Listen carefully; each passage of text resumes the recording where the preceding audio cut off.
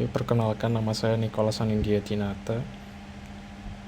Di sini saya membuat sebuah ringkasan untuk tugas penerapan metode numerik 1 dengan judul prediksi laju deforestasi Indonesia menggunakan regresi linear. Oke, untuk pendahuluannya perlu kita ketahui terlebih dahulu untuk latar belakangnya. Indonesia merupakan salah satu negara dengan kawasan hutan tropis terbesar di dunia, namun mengalami kehilangan tutupan hutan yang signifikan dari tahun ke tahun berdasarkan data Global Forest Watch. Data historis tersebut menunjukkan adanya pola perubahan laju deforestasi yang dapat dianalisis secara kuantitatif. Untuk memodelkan hubungan antara waktu dan kehilangan tutupan hutan serta memprediksi laju deforestasi di masa mendatang, digunakan metode numerik regresi linear sebagai pendekatan matematis dalam pengolahan data.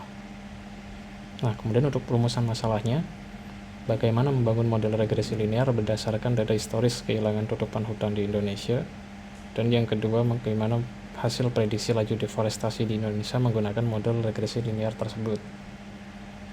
Kemudian yang selanjutnya, tujuan penerapan dari metode numerik pada tugas ini adalah untuk membangun model regresi linear berdasarkan data historis kehilangan tutupan hutan di Indonesia, serta menggunakan model tersebut untuk memprediksi laju deforestasi di Indonesia pada periode waktu tertentu. Selain itu, penerapan ini bertujuan untuk memberikan contoh implementasi metode regresi linear dalam penyelesaian masalah nyata berbasis data menggunakan pendekatan komputasi.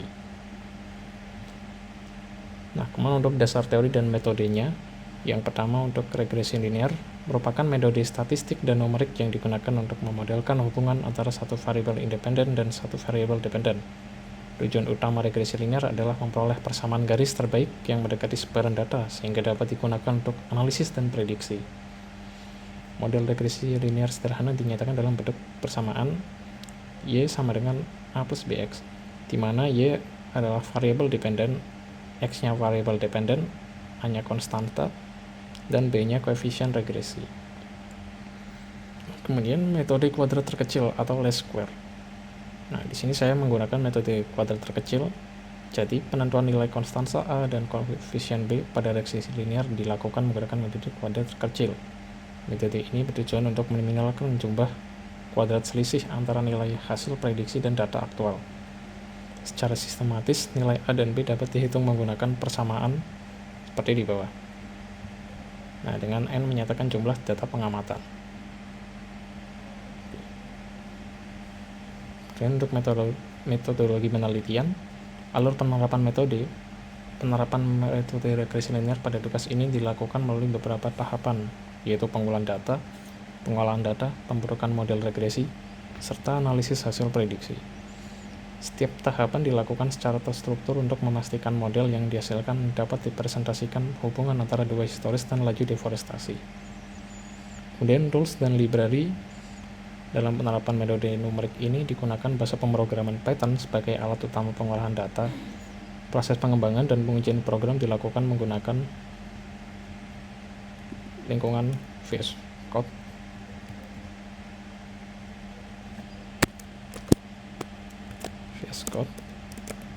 atau Python Interpreter.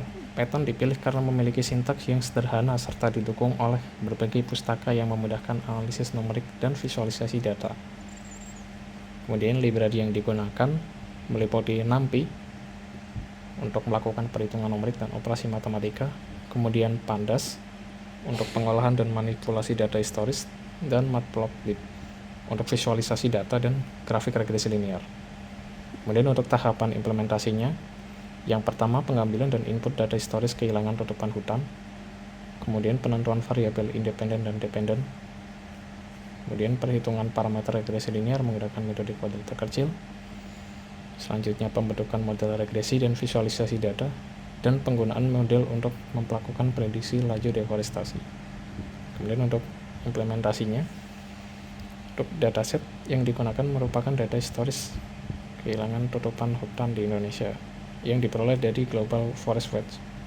Data disajikan dalam bentuk deret waktu tahunan dan digunakan sebagai dasar pembentukan model regresi linear. Sebagian data yang digunakan ditampilkan di tabel 4.1. Perlu diketahui, saya hanya mengambil 4 data dari tahun 2021 sampai 2024. Untuk kode programnya seperti di bawah, kita mengimpor library, kemudian matplotlib python, dan kita mendefinisikan tahunnya, array, dalam bentuk array 2021 hingga 2024, dan luas kehilangan tutupan hutan dalam bentuk hektar. Nah, kemudian kita atur rumusnya, prediksi A sama A plus B dikalikan tahun. Kemudian kode program ini mengimplementasi regresi linear sederhana menggunakan bahasa pemrograman Python. Data tahun dan kehilangan tutupan hutan didefinisikan dalam bentuk array. Kemudian parameter regresi dihitung menggunakan fungsi np polyfit. Berdasarkan metode kuadrat terkecil, persamaan regresi yang diperoleh digunakan untuk menghitung nilai prediksi kehilangan tutupan hutan, dan hasilnya divisualisasikan dalam bentuk grafik yang menampilkan data aktual seperti garis regresi linear untuk menunjukkan tren deforestasi di Indonesia.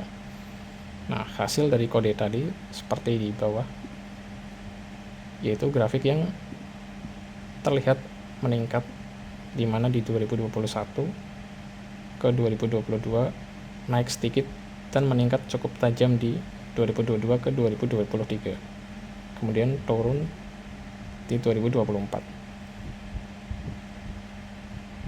Oke. Jadi garis regresi linear tetap mampu merepresentasikan tren umum perubahan laju deforestasi perubahan berdasarkan data historis yang digunakan. Untuk referensinya dari Global Forest Watch dapat diakses melalui link, dan dari buku Rahadian Munir, Interpolasi Polinom.